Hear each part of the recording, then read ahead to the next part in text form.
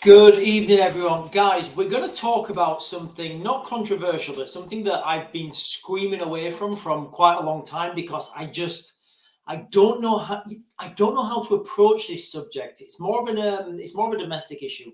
When we're talking about international issues and the Middle East, Eastern Europe, guns, ships, tanks, war, all the rest of it, guys, I am all over that, and I'm well within my comfort zone. Also, guys, if you've not done so already, please like and subscribe this video. Obviously, it helps me out when I do that, when you guys do that. So we're going to be talking about the massive, and there's no other words I can use to describe this, but I think epidemic in this country of knife crime. There's no other way to describe this. It seems like every week, even every couple of hours, there's a new incident, where people, where there's incidents of knife crime and terrible things happening, often to young men. Now, there's been another incident last night in the UK, in Manchester. Things are just coming out, so I don't really want to talk about that because obviously, now if we do fake information or we say something that's not didactically, perfect, we can all be going to jail. So what I want to focus on is just some morality issues in the world, I think, in general. I went to my sister's caravan, when was it? Like a couple of weeks ago. And, I said to her, okay, is there any films to watch? And so she says, oh, right, well, there's I think it was a PlayStation or something. There's a PlayStation and there's some games or whatever. Anyway, we got this game and it's called Grand Theft Auto. And I don't play computer games, but we got this computer game out. And I mean, the graphics were fantastic. But this computer game, Grand Theft Auto, apparently it's what all the kids watch.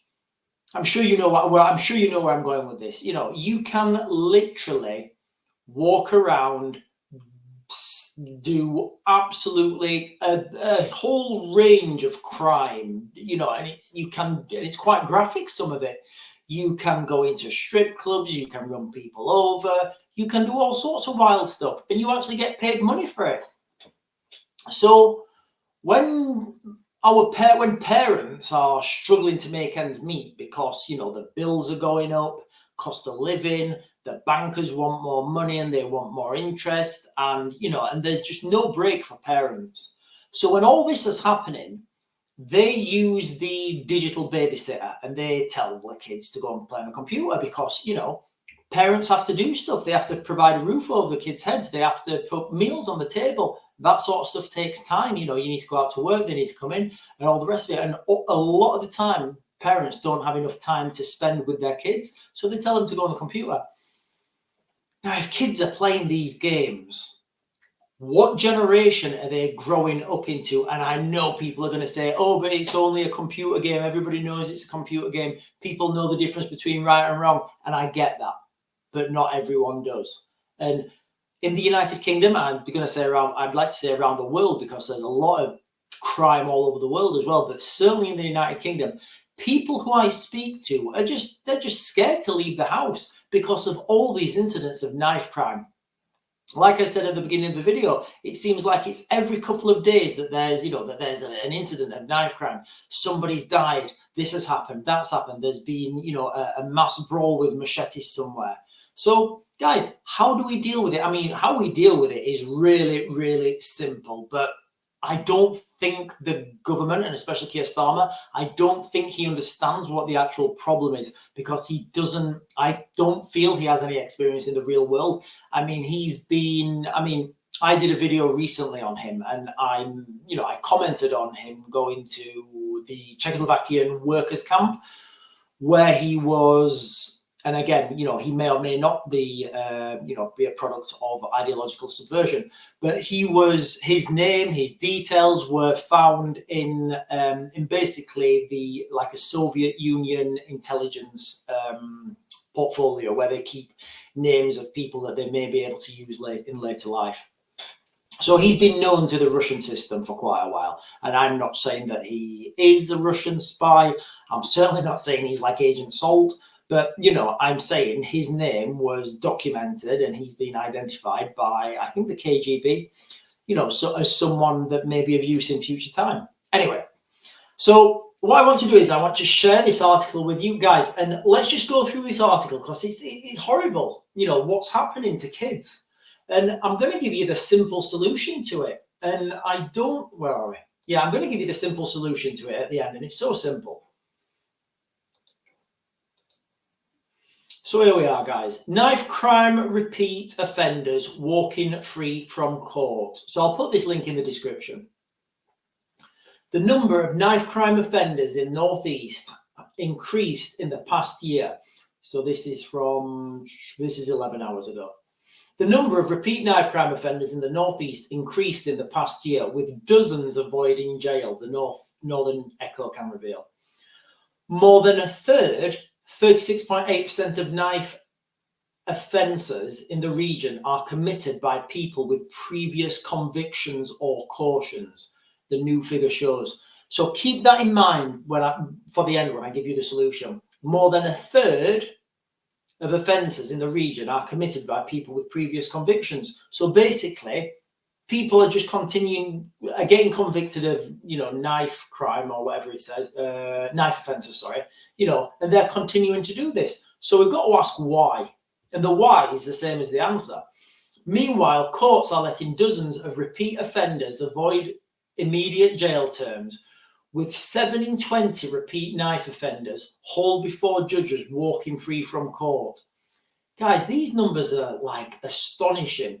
That includes some with 3 or more previous convictions or cautions to their name. So if you've got 3 previous cautions for a, you know, what do they call it, a knife offence, you know, you're still not getting sent to, you're still not getting sent to jail. It comes as Tanya Brown, whose son Connor was killed with a knife in Sunderland in 2019, and branded the rise frightening, said sentences were too lenient and rehabilitation was not enough. Okay, so I think everybody knows that knife crime is wrong, so we can't really look at rehabilitation. Was not enough to tackle the scourge of blades. One of Connor's killers, Ali Gorton, was jailed for just 3.5 years for manslaughter, but released halfway through his sentence on licence, went on to be jailed again after allowing a childhood friend wanted for murder to lay low in his flat and being caught carrying a knife in Scotland. So I'll put the rest of the article in the description. I'll stop reading there. So what you have there is you have that kind of context of what's happening. People are carrying these knives, they're getting, you know, arrested for it, they're getting sent home on whatever without any real punishment. And what it seems to me is there's no punishment, and people are not afraid of jail. Now, what we've got in the United Kingdom, I was laughing about it earlier. We've got, like it said there on that article, you've got somebody that's getting released after serving half of their time, and obviously with this new thing that the government have announced now, they're letting people go a lot earlier.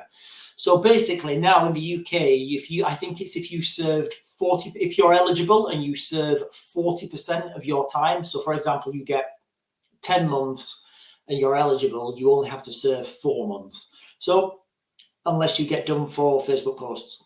So if you get done for this, you're out in half the time. So this guy, he got 3.5 years, so he came out with half that time. So let's contextualize that then. Somebody's lost their life, and somebody's been given 3.5 years, and they're out in 1.5 with change or whatever it is. We're getting people now who have put things on Facebook, and again, you know, terrible, really bad things on Facebook, very distasteful. But people who have done things on Facebook are now getting sent to jail for similar amounts of time. Where's the justice in that? Where's the fairness? Because this is how problems start and cracks start to appear in society. I did a video earlier on another platform, and I talked about the not related, but kind of related, the 2 tiers of punishment. So you've got the first tier, which would be, you know, attacking the root cause. And then you've got the second tier of punishment, which is attacking the symptoms of the root cause. If you don't attack the first tier, you know, of this problem, so the underlying problem of everything, which I think is, you know, I think a lot of this can be put down to knife crime. if you don't deal with the underlying root cause of everything, and you just deal with the secondary causes, the symptoms, then every time the root cause is going to get worse. It's going to get worse exponentially because people get more frustrated, and these guys at the bottom feel like they've got, immunity. So that's what I feel is happening in the UK at the moment. People are not dealing with the root cause because people are in denial about the root cause. Now, the easy way to sort all of this out, all of it, and I'm going to caveat this now, guys, by saying I'm somebody who wants, and I've said this lots of times before, I want a strong police force, I want strong laws, I want them to be, upheld in the context that we will prosecute anyone who's breaking the law, whether that's a Russian oligarch or whether that's, Carol who lives at number 27. If we have a law in this country, it will be abided by and the police will enforce it, because that's where I want my taxpayers' money to go. That's what I want my money to go to. Now, in the UK, we have a maximum sentence of 4 years for just for carrying a knife. That's the maximum sentence. I'd like to see the statistics on how many people have actually been sentenced for 4 years for carrying a knife. I bet it's zero. I do. I bet it's zero. So the way you solve all this, you don't have to rewrite any legislation. You don't have to do anything different. All we have to do is enforce the laws we already have. If you get caught with a knife, 4 years in jail, not a problem, just straight away. That would stop knife crime almost overnight. That there's no threat of jail if people are carrying knives and they just get them taken off them. Look what's happening, I think now in the UK, the police are paying people to hand knives back in. No, that's not where I want my taxpayers to go. I don't want my taxes to go to criminals to pay them not to commit crimes. No, I want the police going out, stop searching absolutely everyone. If you get found with a knife, do not pass go, do not collect $200, go straight to jail for 4 years. And of course, guys, there's going to be caveats in that, workmen, outdoorsmen, people who have, legitimate reasons to carry a knife. If it's in a tool bag, if you're a deep sea diver or something and you need a safety knife, of course, there's going to be, some sort of a gray area. But, the reality is a lot of these kids who are carrying knives with their hood zipped up like that, they're not workmen, they're not deep sea divers. We've got to contextualize things, but that's what I think should be done. 4 years off the cuff, no questions asked, straight to jail. I mean, we've seen Keir Starmer, he can get people into jail really, really quickly for them people who are doing stuff online. So why can't he do this with people who are carrying knives? Anyway, guys, that is me. I'm going to mag to grid now. I'll try and get you another video later on. I want to do this. I want to talk about China and their relationships with Iran, which I feel more in my comfort zone. But let me know what you think, guys. I'm going to speak to you soon. Mag to grid.